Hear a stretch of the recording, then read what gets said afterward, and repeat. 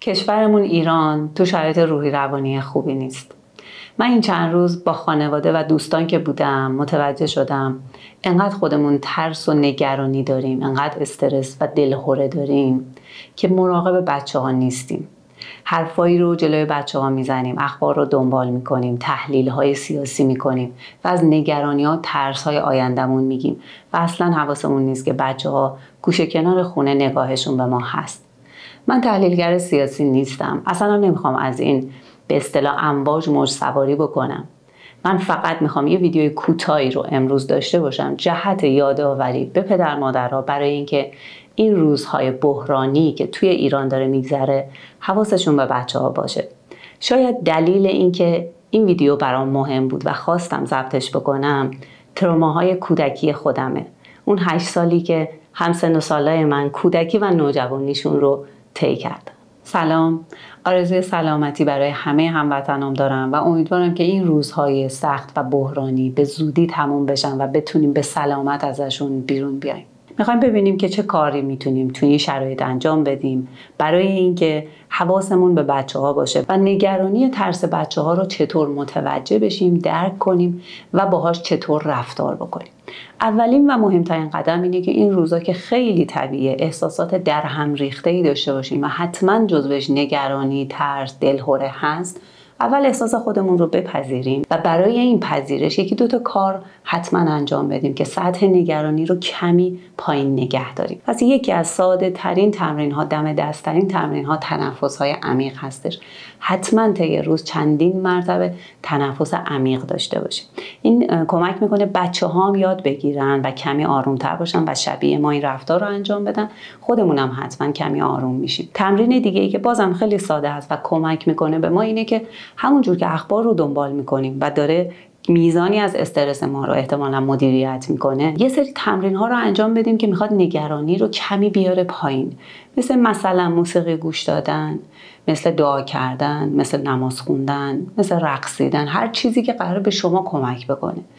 و حتما اینجا یادمون باشه تنها موندن میزان نگرانی رو بالا میبره. پس اینکه فقط تو خونه بشینیم و به تنهایی اخبار رو دنبال بکنیم از سوشال مدیا، تلویزیون، گوشیمون یا هر جای دیگه ای، داره نگرانی و اضطراب ما رو بیشتر میکنه. حتما اگر خانواده نزدیکمون هستن کنار خانواده باشیم، 1-2 ساعت در روز یا با دوستانمون باشیم یا صحبت بکنیم، ویدیو کال بکنیم، حرف بزنیم.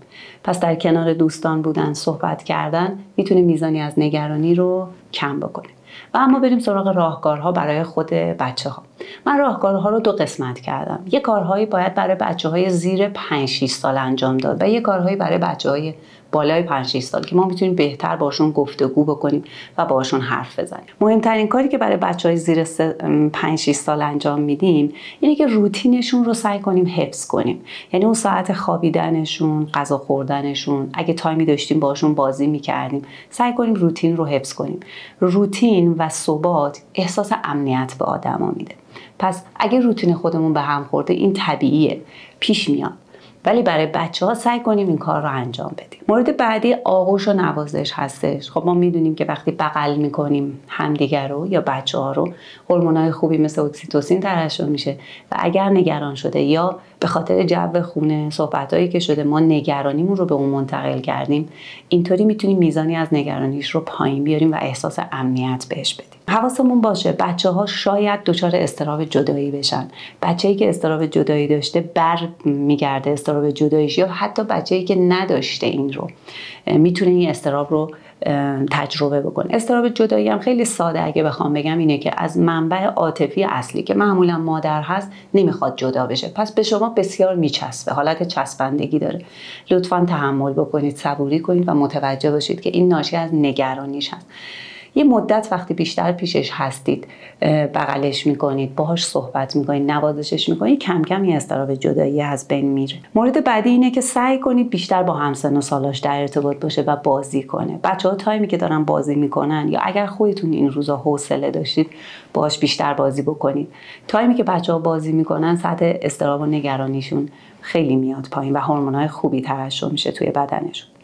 اگه متوجه شدید که سوالهایی داره میپرسه و نگران هست، خیلی کوتاه و ساده بهش توضیح بدید به زبان بچگانه. ما قراره با صداقت با بچه‌ها حرف بزنیم، پس حرفی از این نمیزنیم که نه اتفاقی نیفتاده و هیچی نیست، و یا اگه تو شهری زندگی میکنیم که صدایی رو بچه شنیده، صدای انفجاری یا اتفاقی رو افتاده که متوجه شده، حتما در حد سن خود بچه باهاش صحبت میکنیم. مثلا به بچهای زیر 4-5 سال میشه گفتش که دیدی توی مهد کودک بچه‌ها با هم دعوا میکنن، الانم کشور ما با یک کشور دیگه انگار داره دعوا میکنن با هم دیگه، ولی ما کنار تو هستیم، من و بابا مراقب تو هستیم. خیلی مهمه که به بچه‌ها این احساس حمایت و امنیت رو بدیم.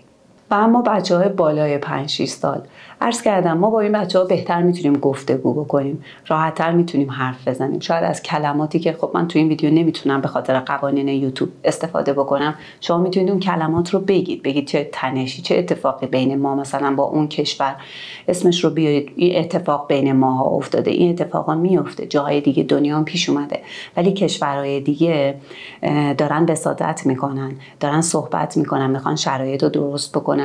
من و بابام که کنار تو هستیم، جوری شرایط و صحبت رو پیش ببریم و به بچه بگیم که این طبیعیه، منم یه ذره ترسیدم، منم یه ذره نگرانم از این شرایط، ما کنار تو هستیم، حمایتت میکنیم، ولی ترس و احساسش رو بپذیریم و شرایط صحبت جوری پیش بره که اون بچه به خودش اجازه بده و راحت باشه که در مورد احساسش با ما صحبت بکنه، از ترس و نگرانی و دلهره‌هاش بگه یا سوال بپرسه.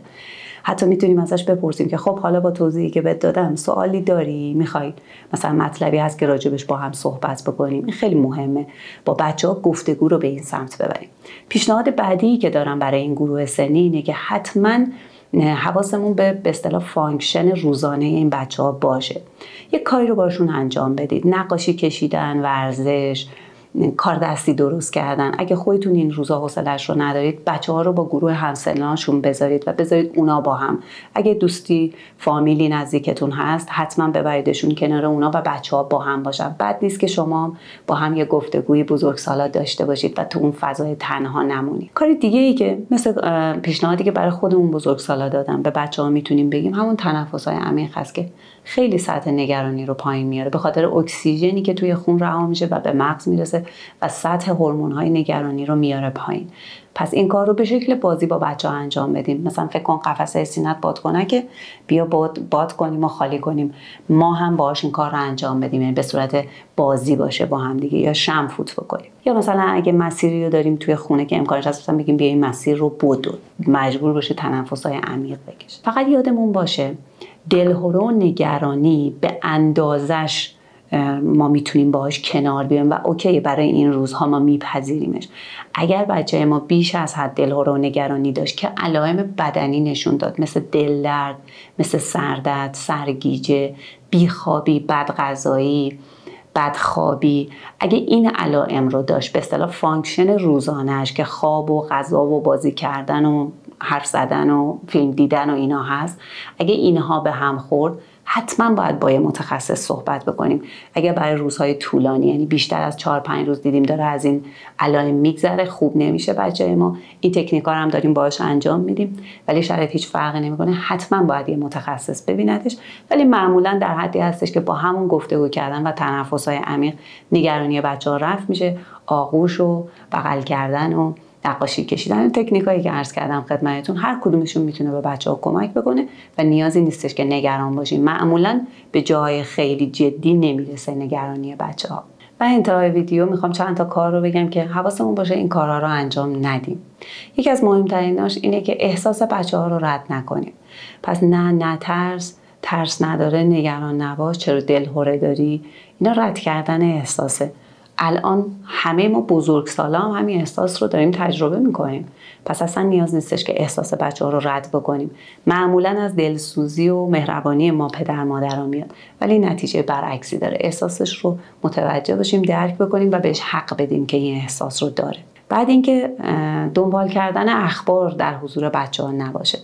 ببینید شرایط اضطراری و اضطرابی و تنشی الان، ما اگه اخبار رو دنبال کنیم استرس داریم، اگر دنبال نکنیم هم استرس داریم، به خاطر اون بیخبری، به خاطر اون ابهام که میتونه به ما استرس بده، پس میزانی نیاز هست که ما هم اخبار رو دنبال بکنیم که استرسمون کمتر بشه.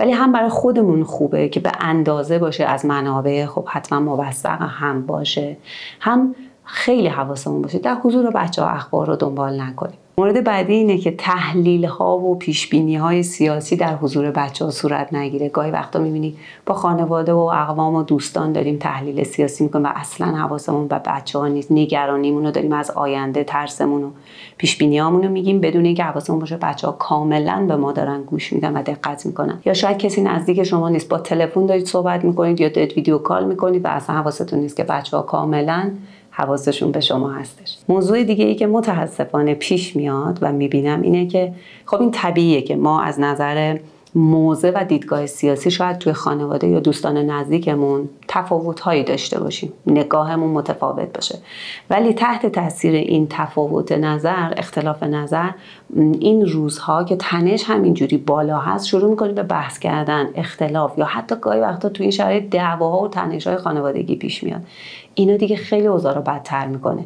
بچه‌های ما همینطوری احساس امنیتشون تو این روزا از بین رفته، همونجور که احساس امنیت من و شما در خطره. پس حتما نیاز دارن که خانواده پشتیبانشون باشن. پس اگه شما با همسرتون اختلاف موضع سیاسی دارید لطفا الان بحث نکنید، مخصوصا در کنار بچه‌ها، یا با خواهر برادراتون، با اقوامتون لطفا الان بحث نکنید. بچه‌ها خیلی نیاز دارن به احساس امنیت. مراقب خودتون باشید. من امیدوارم که در کنار هم بتونیم این بحران رو به زودی و به سلامت طی کنیم. یه نکته‌ای هم بگم، من چند روز پیش استوری گذاشتم برای اینکه خانواده ها مراقب بچه‌ها باشن تو اون روزهای تنشی و ریپلای زیادی گرفت با موضوعهای مختلفی. نگرانی ها و دلهره و ترس هاتون رو گفتید، زنان باردار، خانواده هایی که اقوامشون توی ایران هستن نگرانن، یا پدر مادرایی که گفتن ما مراقب بچه‌ها، کودک یا نوجوانمون نبودیم، الان اطلاعاتو دارن چیکار باید بکنیم، اونا نگرانن. موضوعهای مختلف.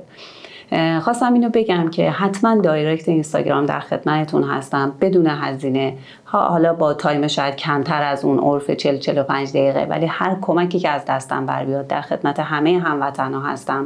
پس سوالاتون رو اونجا بپرسید، به صورت تکست یا وایس برام بگذارید، میتونیم حتی تایم های مشاوره هم در خدمت شما باشیم. مراقب خودتون باشین. خدا نگهدار.